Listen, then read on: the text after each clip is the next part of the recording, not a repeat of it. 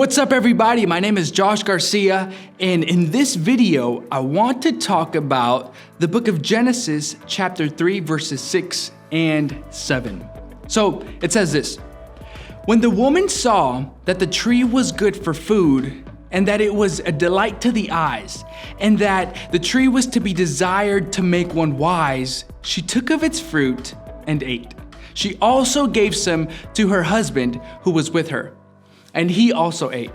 Then the eyes of both of them were opened, and they knew that they were both naked. They sewed fig leaves and made themselves clothing. So this is Genesis chapter 3, verse 6 and 7. I have a question. Do you remember as a kid getting in trouble? Like, do you remember when you were a kid? I remember I would always get in trouble for having a messy room. Like my parents, they tried anything short of strangulation to make me keep my clean room. Like my room clean, I mean, they tried taking away my toys. They tried the chancla. They tried timeouts. Well, never. I'm Hispanic, so we don't really know what timeouts are. But they tried starving me. They tried depriving me of sleep. They tried making me sleep outside in the cold nights of winter in Chicago. But none of it worked. And I may be exaggerating a tad, but none of it worked until one day. It all changed when my dad had what he thought was the greatest idea ever. So I remember this was a beautiful, sunny inner city day, and I remember coming home from school. My usual routine was to drop my backpack. I'd get a healthy snack, and I'd say hello to my parents, and I'd run outside. I'd run out the door because I wanted to go and play with my friends. Yes, I played with my friends outside. No, I didn't have video games. No, I didn't have a phone or a laptop or a computer or an iPad or any of those things. I had skateboards, I had bikes, I had soccer balls, I had the stuff you have when you play outside. That's what anyway, back to the story. As I ran towards the door, I was laser focused. My heart was racing and my imagination was running wild of the things that I was about to do. My dad stopped me right before the door and he said, "Josué, ya no tienes permiso de salir hasta que tu cuarto esté limpio." I was no longer allowed to leave the house until my room was clean. So I dragged my feet towards my room. When I got there, it felt like every piece of clothing weighed 1,000 pounds. And all of a sudden, like ding, I had an idea. What I did was I started to grab all my clothes. I grabbed all my toys and I started to throw everything into the closet, every piece of clothing, every empty water bottle, every old plate of food. I started putting it in drawers and in the closet and under the bed. So my dad walks into the room after a while. He took a very quick look around. He gave me a thumbs up of approval. And before his hand was even down, I was already outside. I ran out of there. Now, needless to say, this only worked once. Never again was I able to do that. So, but in the book of Genesis, we see something similar. Here's what happened. God created Adam and Eve in this beautiful, beautiful garden and tells them that the only rule they had was to not eat from this specific tree.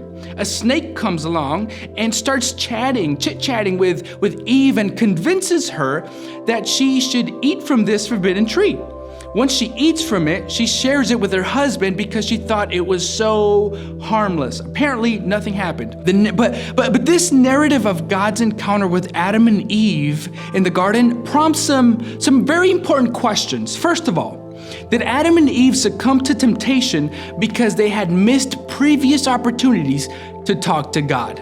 And also, why was Eve so comfortable talking with this serpent, with the snake? Had they been talking before? So what we need to understand is that the less we talk to God, the easier it becomes to listen to the negative voices that are around us. However, God is so loving that even when this first couple sinned, he still called them back to him once again.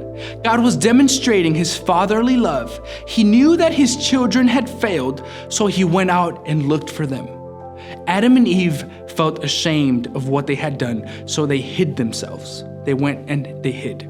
Sometimes we feel like in order for God to come close to us, we need to start cleaning up our life. We need to throw our mistakes into the closet. We need to throw our shortcomings into the closet. Why? Because they feel like they weigh 1,000 pounds. And we keep trying to hide our sin. We keep trying to hide our shortcomings and our mistakes. And we try to hide it all away. We try to throw it all into the closet. But what we need to understand is that Jesus is not a God that desires perfection. He is a God that desires relationship. The way we build a healthy, strong relationship with God is the same exact way we build a strong, healthy relationship with our closest friends. It is through constant communication. We call this prayer. That's what we call it. That's what it's called. Prayer is more than telling God our problems. Sometimes prayer is simply listening to God, hearing His call when He's calling us out of our sin, out of our hiding. This is sometimes prayer.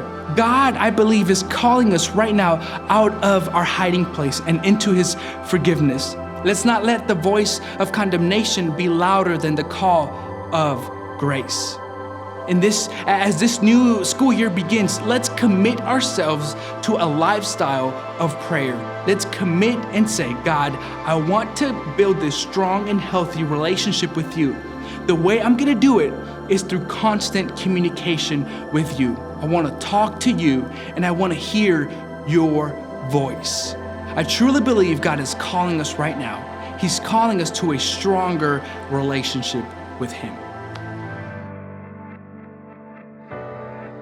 Hey, thank you so much for tuning into today's video. We really appreciate you doing so. And hey, if this was a blessing to you, why don't you leave us a thumbs up? Let us know what you thought about this in the comments. Let us know what you got in trouble with when you were a kid. What was the thing you struggled with? What was the thing that got you in trouble the most as a kid? Leave it down in the comments. We really want to know. We truly believe that together we can grow in relationship with our God and we can grow in relationship with each other.